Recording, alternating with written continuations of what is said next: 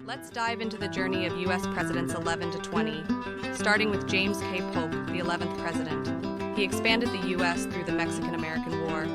Next up is Zachary Taylor, the 12th President.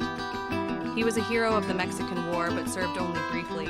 Then came Millard Fillmore, the 13th President. He signed the Compromise of 1850, easing tensions. Next was Franklin Pierce, the 14th President. His presidency faced controversy over slavery. Then came James Buchanan, the 15th President. He struggled with the secession crisis. Next is Abraham Lincoln, the 16th President. He led the nation through the Civil War. Then we have Andrew Johnson, the 17th President. His presidency was marked by Reconstruction challenges.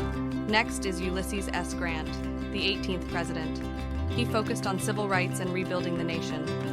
Finally, we have Rutherford B. Hayes, the 19th President. He ended Reconstruction and promoted civil service reform. And that wraps up our journey through these presidents.